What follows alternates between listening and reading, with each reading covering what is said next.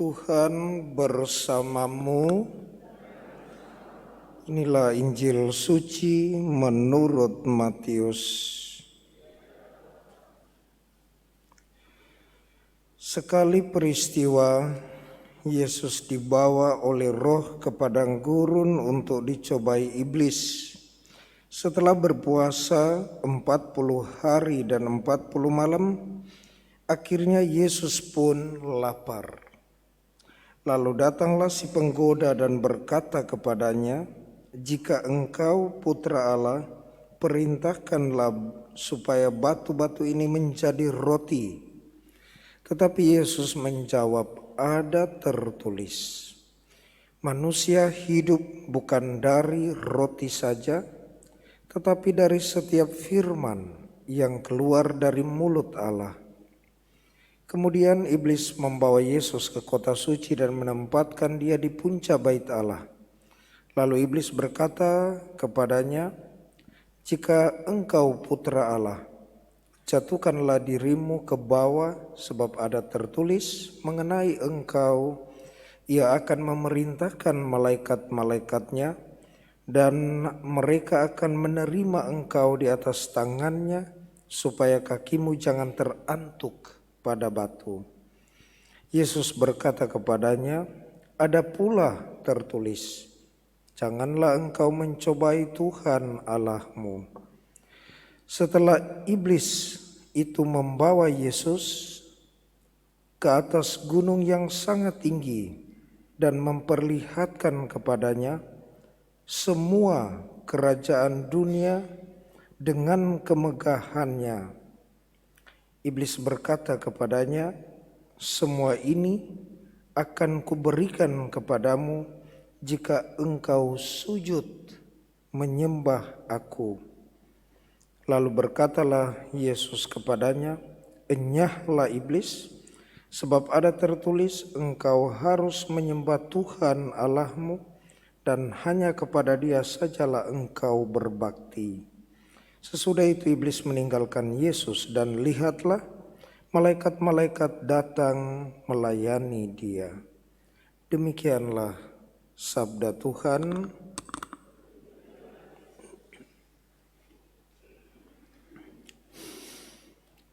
Saudara-saudari yang terkasih dalam Tuhan, Shalom.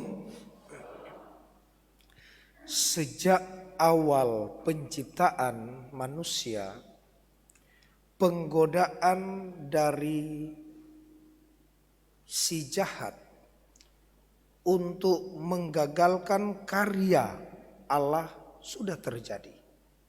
Jadi bukan nanti di zaman-zaman setelah Yesus atau pada saat Yesus, bahwa si ular tua ini menggoda Adam dan Hawa untuk memakan buah yang dilarang oleh Allah untuk mereka makan. Jadi ada perintah dan ada larangan. Perintah untuk mereka menjaga segala sesuatu yang Tuhan tetapkan kepada mereka. Larangan untuk tidak memakan buah di tengah-tengah taman itu. Dan alhasil mereka melanggar apa yang Tuhan perintahkan. Di dalam Injil kita mendengar bagaimana Yesus digoda oleh si jahat. Ketika seorang pastor bertanya kepada para frater, saya tingkat 3 kalau tidak salah, "Apa yang kau mengerti tentang iblis?" Pastor ini menjelaskan kepada kami bahwa dia bertanya di ruang kuliah, karena pertanyaannya sebagai dosen filsafat, dia tanya, "Apa yang kamu mengerti tentang iblis? Kamu percaya tidak ada iblis?" Lalu dia ceritakan di dalam khotbah.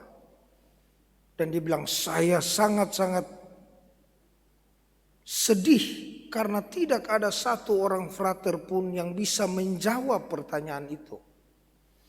Mengapa saya sedih? Karena iblis adalah bagian dari cara kita mengimani Tuhan. Dengan tidak bisa menjawab tentang iblis, maka dipertanyakan, harusnya menjadi pertanyaan, apakah mereka juga mengerti, bisa menjelaskan tentang Tuhan. Hari ini kita mendengar di dalam Injil bahwa si iblis ini menggoda Yesus dengan 3 tingkatan godaan. Yang pertama, menggoda kebutuhan, yakni yang paling dasar. Ketika di Taman Eden, Adam dan Hawa digoda untuk makan buah pengetahuan. Yesus saat lapar, kemanusiaannya merasa lapar, dia juga digoda untuk kau makan. Tapi tidak ada makanan. Makan dari batu-batu yang bisa kau rubah jadi roti. Apa kata Yesus? Yesus mengutip kitab suci. Ada tertulis, manusia tidak hidup bukan dari roti saja. Manusia hidup tidak dari roti saja. Bukan dari roti saja, melainkan dari setiap firman yang keluar dari mulut Allah. Kalah. Setelah itu Yesus digoda dengan penggodaan yang kedua, soal keberhargaan. Adam dan Hawa juga diminta untuk kau makan karena kau berharga seperti Allah. Kalau kau makan, kau akan sama seperti Allah. Makan mie. Mereka makan. Dan begitu Yesus mendengar, jika engkau dalam penggodaan yang kedua, kau anak Allah, jatuhkanlah dirimu dari bumbungan bait Allah, sebab ada tertulis. Pintarnya ini iblis. Ketika Yesus memberi alasan, memberi sanggahan, ada tertulis, iblis ikut. Digoda yang kedua, iblis sudah pakai cara Yesus. Kau jatuhkan dirimu sebab ada tertulis. Tentang engkau, dia akan menjaga engkau, menerima engkau waktu menjatuhkan diri, sehingga kakimu tidak terantuk pada batu. Dan sekali lagi Yesus memenangkan godaan, mengalahkan godaan itu dengan jawaban masih sama. Ada tertulis, jangan engkau mencobai Tuhan Allahmu. Kalah lagi iblis, mundur. Tunggu yang ketiga. Siapa tahu dia akan jatuh dalam godaan ini. Dibawa ke atas gunung dan diperlihatkan semua kemegahan duniawi. Ini semua saya kasih sama kau. Soal kekayaan, kekuasaan, kejayaan. Asal kau menyembah saya.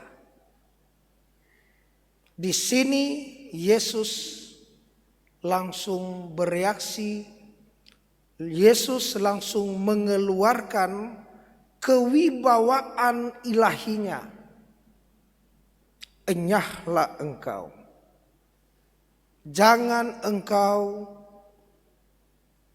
menggoda dengan godaan ini, tidak boleh. Yang lain boleh. Yang terakhir ini apa? Ini menyangkut kewibawaan, menyangkut kuasa satu-satunya dari Allah.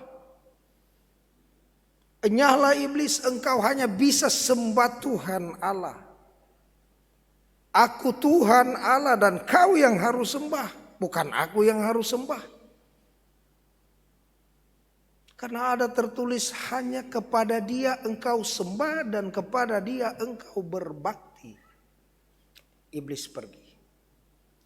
Saudara-saudari yang terkasih, sejak awal penciptaan, godaan untuk manusia ingin menjadi seperti Allah sudah melekat dalam diri, dalam darah, dalam tulang sumsum nenek moyang kita Adam dan Hawa. Semua mungkin kita mudah jatuh dalam dosa, dalam godaan si jahat. Sana pekerjaan ini, profesi ini, profesi apapun bisa saja jatuh dalam godaan.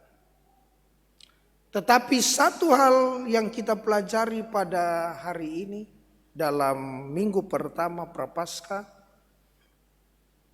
adalah jangan pernah kita mengikuti godaan untuk menyembah Allah lain. Ortolatria kita tidak boleh goyah sedikit pun.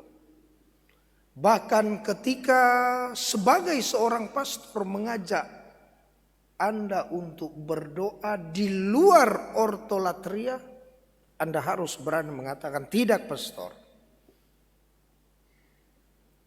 Kemarin dulu kami duduk makan dan mendengar kisah bahwa ada satu pastor dalam nama Bapa dan Putra dan Maria, Bapa, Putra dan Bunda Maria, amin. Saya bereaksi, tetapi lama dulu diam.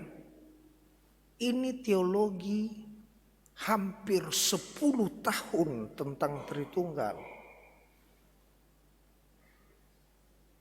Menjadi satu bahaya ketika penyembahan disalah artikan, disalah mengerti, disalah pahami, pada akhirnya disalah praktekkan. Dalam bacaan kedua, Yesus menjadi seorang atau sosok yang pasang badan untuk kita. Oleh karena dia orang benar, membenarkan kita orang berdosa. Dan ajaran yang benar di dalam iman kita sebagai orang Katolik adalah sungguh ajaran ortolatria yang sesungguhnya. Penyembahan yang sesungguhnya. Di sana sini zaman sekarang beredar banyak sekali gerakan-gerakan oikumenis, sangat baik.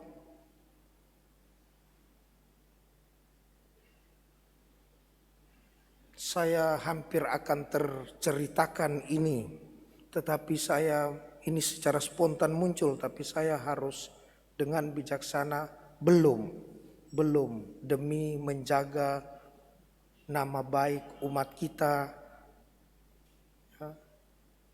Tetapi saya mengajak Anda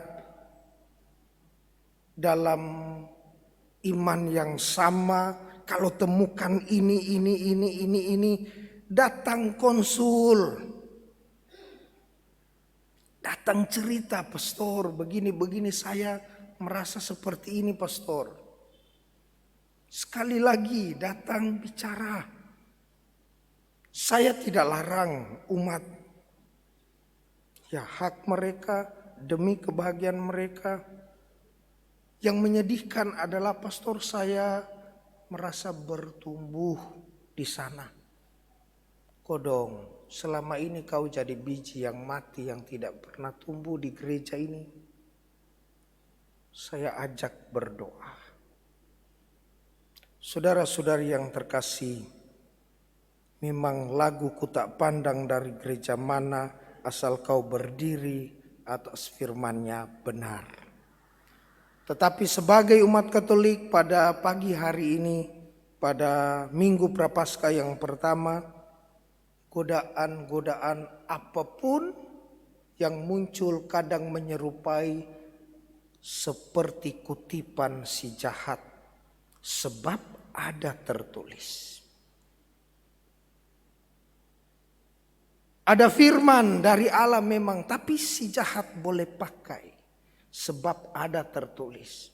Sehingga Bunda Maria pun dalam devosi yang agung, tanpa bermaksud menyepelekan Bunda Maria. Kita hormati pada tempatnya, pada posisinya. Tidak boleh mengganti trinitaris iman kita. Maka sekali lagi jangan sampai jatuh pada godaan pewahyuan pribadi, ikut-ikut pastor dengan cara yang keliru dan penghayatan yang salah. Kita doakan juga dalam perayaan Ekaristi ini, semoga segala gerakan-gerakan yang menyimpang, Tuhan Yesus seperti bacaan kedua, pasang badan, tetap ada untuk membela kita.